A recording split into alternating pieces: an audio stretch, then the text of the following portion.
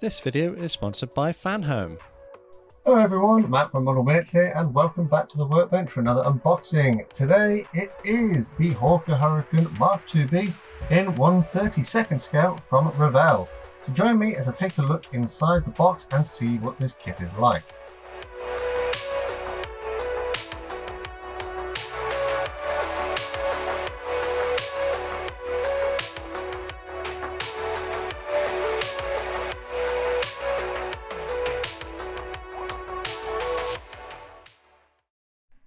So starting on the outside of this rather large box, we can see that we have a rather attractive image of the Hawker Hurricane Mk.IIb in flight with a squadron mate.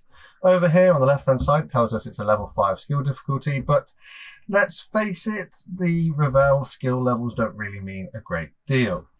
Over here, 1/32nd scale, and it tells us there's 118 parts, 30.5 centimeters in length, 38 centimeters in width, and we have an item code down here of 04968. Flipping over onto the back, we've got some very attractive images of the model in a completed stage, and some information here about the actual Hawker Hurricane in various languages.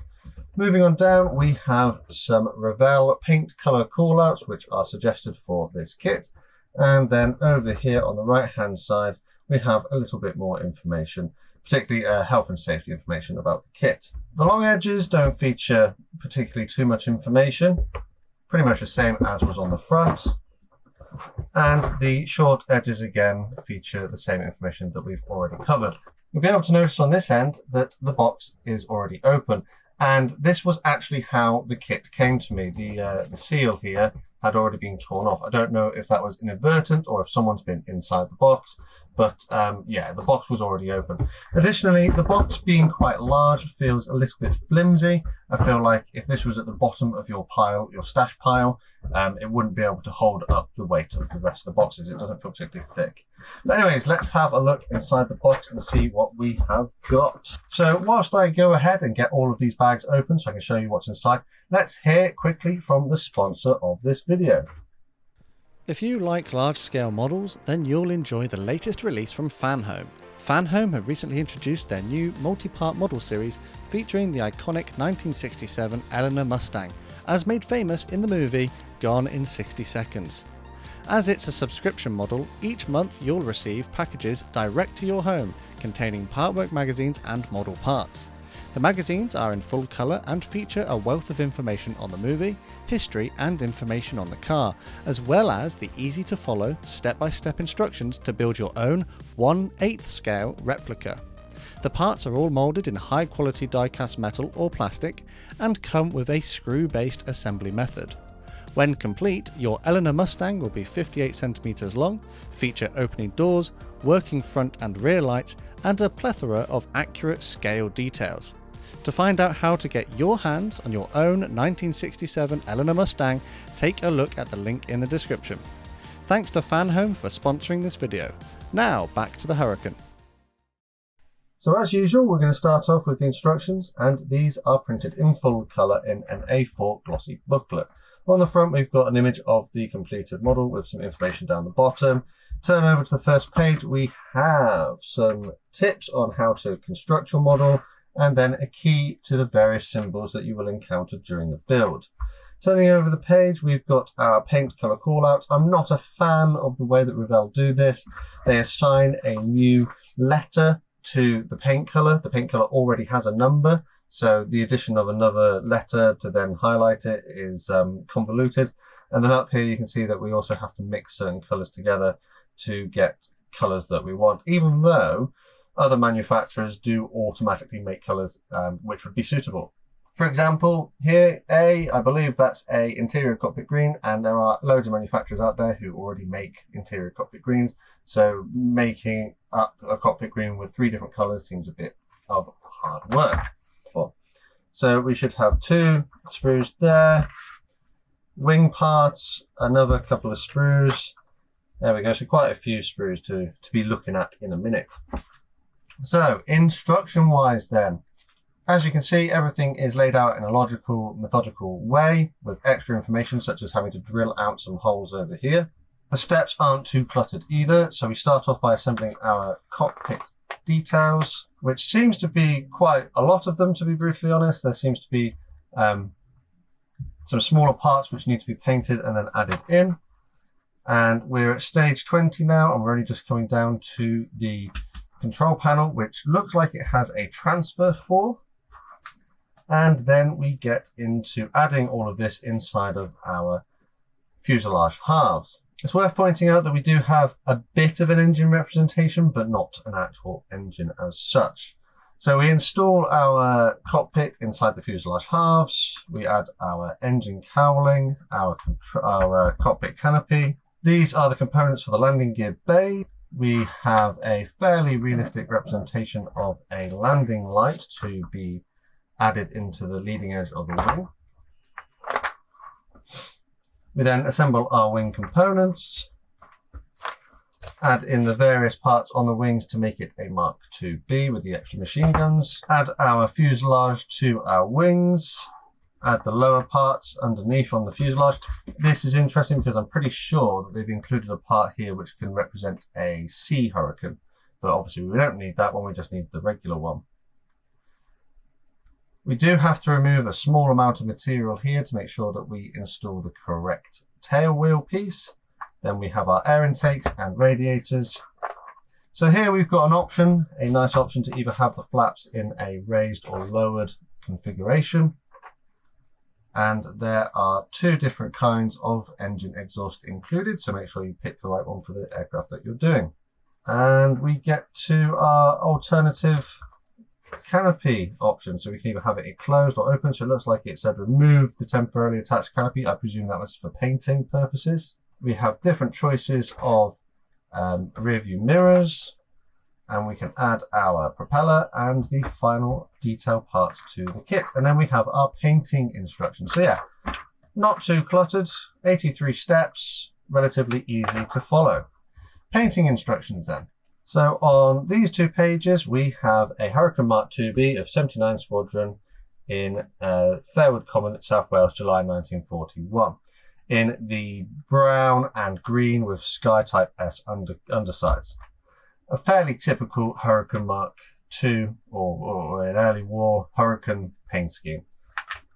And then flipping over the page, we have a Hurricane 2B of 253 Squadron in 1941. So this looks to be a night fighter version, which is painted all in black. I would be tempted to do the night fighter version, purely because it's just a little bit more interesting to me, because we don't always see the night fighter version Hurricanes. We tend to see this as their typical colours. But, you know, let me know down in the comments which version do you think that I should do. But I'm leaning towards this one because it looks a little bit more interesting. And that is the instructions. So very quickly, we'll take a look at the transfers. And here they are. It's not a big sheet. And you can see down here, it says that these copyright for this is 2022. So these were designed back in 2022 and they're printed in Italy. But it doesn't say who manufactured them. And I would hazard a guess that these are actually cartograph transfers because they look amazing and they look very consistent with other cartograph transfers that I have had in the past from other manufacturers. So on this side here, we've got the, which one's this? 79 Squadron aircraft, and over here the 253 with the various letter codes. And then we've got all of our common ones. All the printing is absolutely spot on. There's no cracks or tears. The registration seems to be perfect. Even the small text is legible. The decal film doesn't seem to be particularly thick. So yeah, they don't say that they're cartograph transfers, but I'm going to go ahead and probably believe that they are. However, there's a little bit of dust on that. Let's just get that off. Yeah, looks very good. Everything is nice and crisp. All that remains to be seen is how well they apply to the model. So the next thing to look at is the bag of bits, the main parts. So we have 1, 2, 3, 4. 4 bags of bits. So we have 1, 2, 3, 4, 5, 6, 7, 8, 9. 9 sprues of parts. So let's take a look at the clear ones first, seeing as they're the ones on the top. There we go. So not that many clear parts, but the clear parts that are here are very nicely molded. The frames on the canopy are a little bit shallow, but the clear parts are crystal clear as best I can tell. A little bit of a mark on the front of that screen there. Flash is minimal. As this is a brand new tooled kit, I'd be surprised if there was any flash.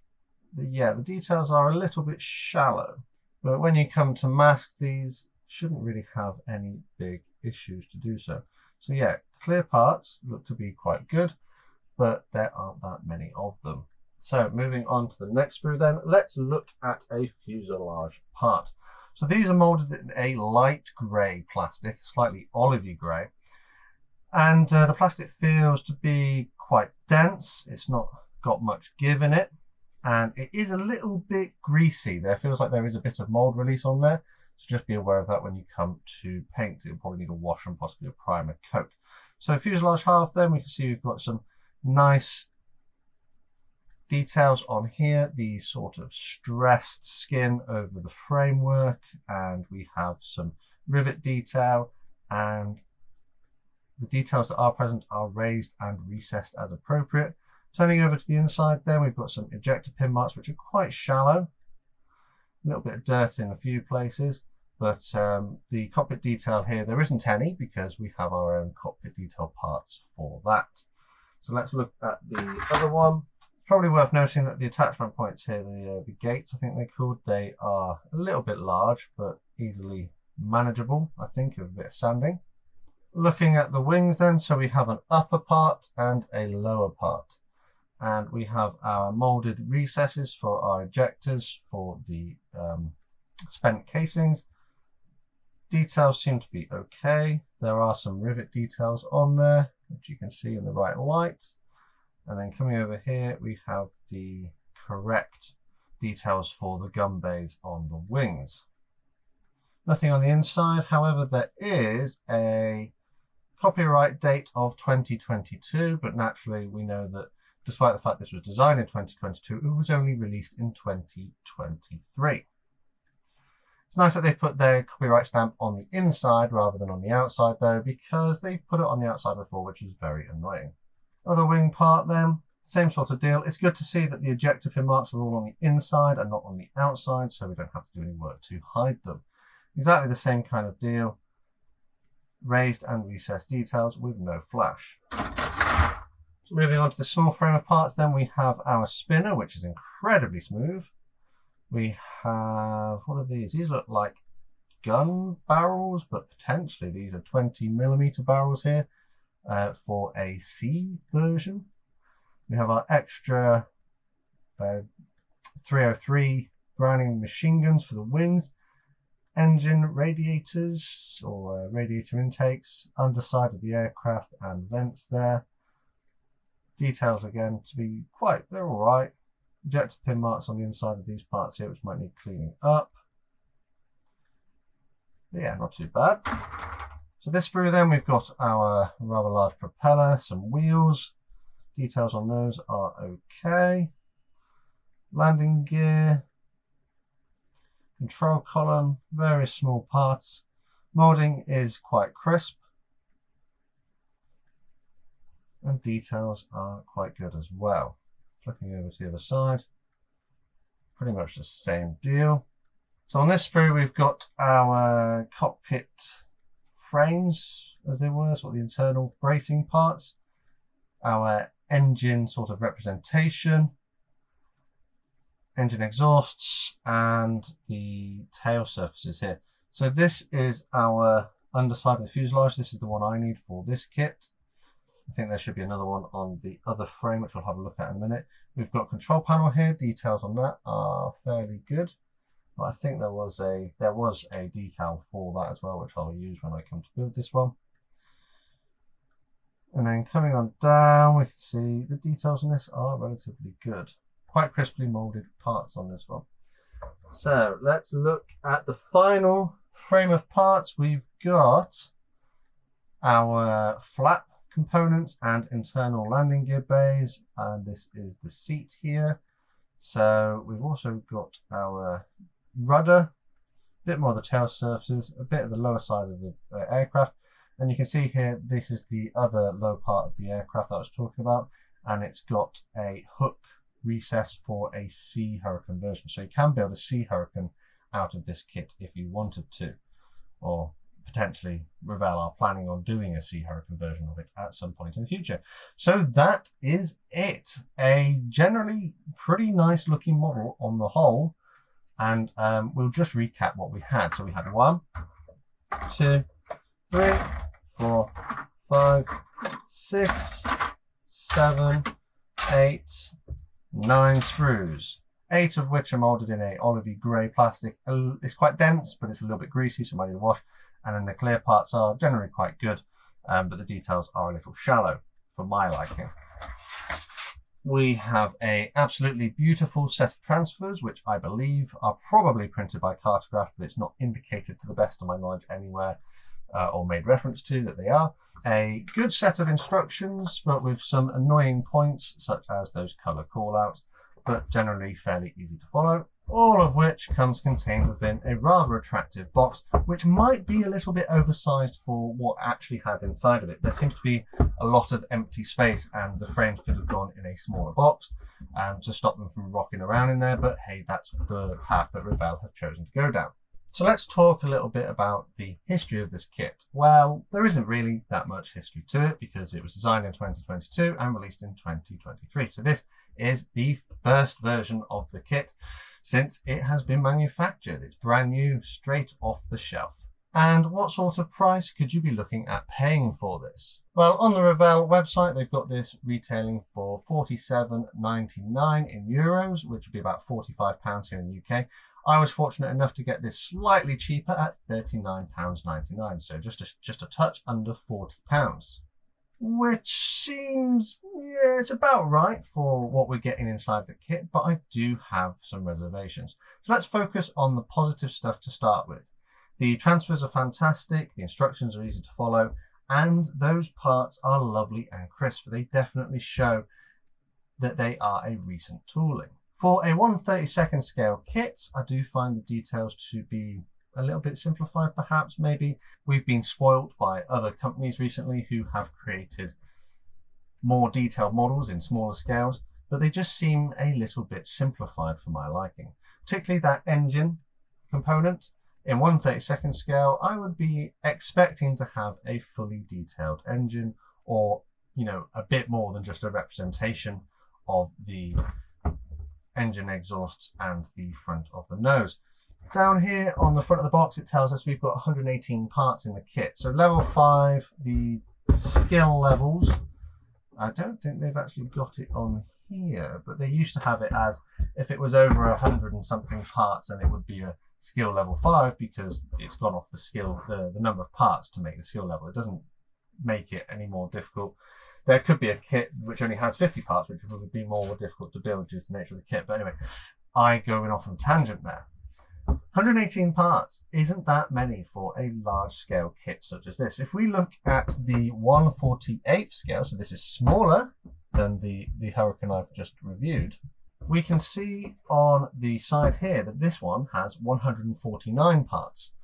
So Airfix have managed to put more detail or cram smaller parts into this smaller scale kit for less of a price, by the way. So this is about sort of half price what this Hawker Hurricane here that I've got on the desk at the moment was worth. So that just sort of boggles the mind a little bit. They haven't gone all in. They haven't pushed the boat out with their design work on this one. If anything, this strikes me sort of as a 1/72 scale kit, which has been enlarged or exploded or made bigger, scaled up. So what would I have liked to have seen from a 1/32 scale kit for around £40–45? Well, I would have liked to have seen a pilot to start with. The landing gear options in here, they didn't seem to annotate whether they could be raised or lowered. I imagine that to raise them, it wouldn't be too much hard work, just gluing them in the raised position, but it makes no reference from my recollection in the instructions for that. I could be wrong. So here we are, instructions, landing gear lowered, lowered, lowered, Yep, no, it doesn't make any reference to raising the landing gear. I imagine if we just glued that in flat, it would work, but it just seems a bit poor that they've not included that. Yes, it does have the flaps, which can be lowered, but that's about it. Even in 1/72nd scale, other companies have managed to display the gun ports on the wings here open with details inside of them. We don't have anything on this kit. The most we have is a bare engine representation here, and if we flip over a little bit further, we have a little bit here, but we've got no full engine. You can't display the engine open.